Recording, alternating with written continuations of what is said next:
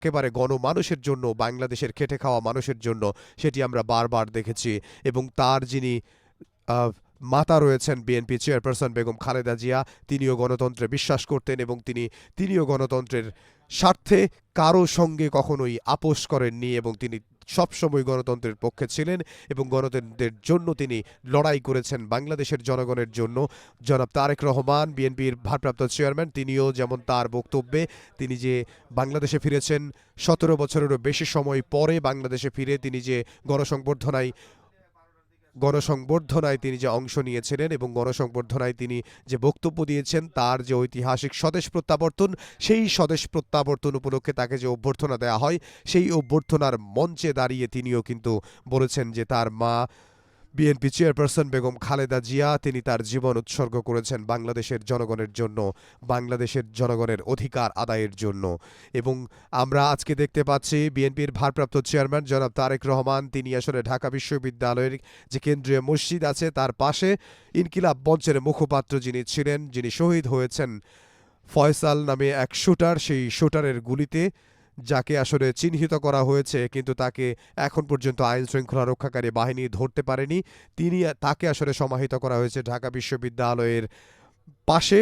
ঢাকা বিশ্ববিদ্যালয়ের যে কেন্দ্রীয় মসজিদ আছে সেই কেন্দ্রীয় মসজিদের পাশে আমাদের জাতীয় কবি কাজী নজরুল ইসলামের সমাধি রয়েছে, সেখানে সেই সমাধির পাশে তাকে দাফন করা হয়েছে এবং তার কবর জিয়ারত করার জন্যই তিনি সকাল সকাল বের হয়েছেন। আমি শুরুতেই যেটি বলছিলাম যে আজকের সকালটি আসলে একটু ভিন্ন, আজকের সকালটি আসলে একটু অন্যরকম, কারণ আমরা দেখেছি এক দলের রাজনীতিবিদ অন্য দলের রাজনীতিবিদদের খুব বেশি যে কাছাকাছি যায় সেটি আসলে আমরা দেখতে পাইনি, খুব বেশি স্বীকৃতি যে দেয় সেটি আমরা আসলে আমাদের এই বাংলাদেশের রাজনীতিতে দেখতে পাইনি। কিন্তু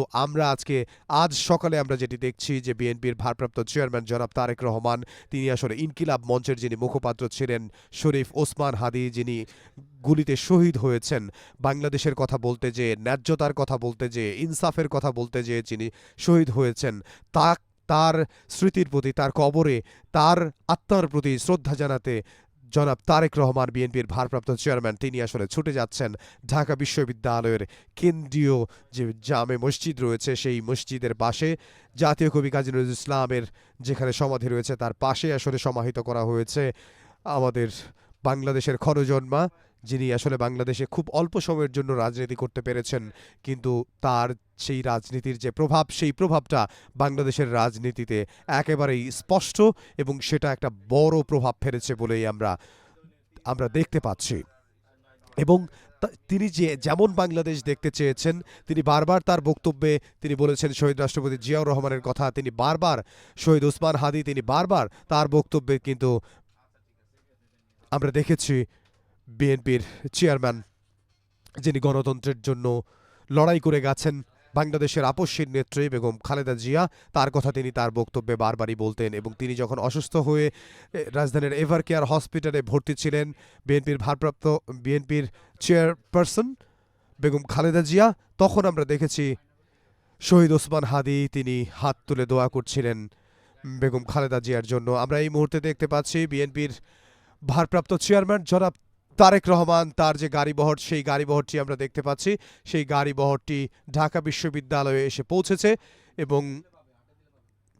তিনি আসলে তার যেই গাড়িটি রয়েছে সেই গাড়ি থেকে হাত নেড়ে নেড়ে যারা রাস্তার দুপাশে অসংখ্য নেতাকর্মী যারা রয়েছে তাদেরকে অভিবাদন জানাচ্ছেন, তারা যে তাকে স্বাগত জানাচ্ছে, তারা যে তাকে অভিবাদন জানাচ্ছে তার তিনি হাত নেড়ে নেড়ে জবাব দিচ্ছেন। এবং আমরা দেখতে পাচ্ছি মানুষের যে ভালোবাসা, সেই ভালোবাসায় তিনি সিক্ত হয়ে চলেছেন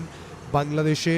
তিনি যে 17 বছরের ঐতিহাসিক তার স্বদেশ প্রত্যাবর্তন, সেই স্বদেশ প্রত্যাবর্তনের পর থেকেই বাংলাদেশের মানুষের ভালোবাসায় তিনি সিক্ত হচ্ছেন। তিনি বাংলাদেশের গণমানুষের জন্য তিনি রাজনীতি করেন, তিনি বাংলাদেশের জাতীয়তাবাদী যে রাজনীতি, সেই জাতীয়তাবাদী রাজনীতির কান্ডারি বিএনপির ভারপ্রাপ্ত চেয়ারম্যান জনাব তারেক রহমান তিনি এখন উপস্থিত হয়েছেন ঢাকা বিশ্ববিদ্যালয়ে। ঢাকা বিশ্ববিদ্যালয়ে তিনি আজকে পৌঁছে গেছেন আমাদের যে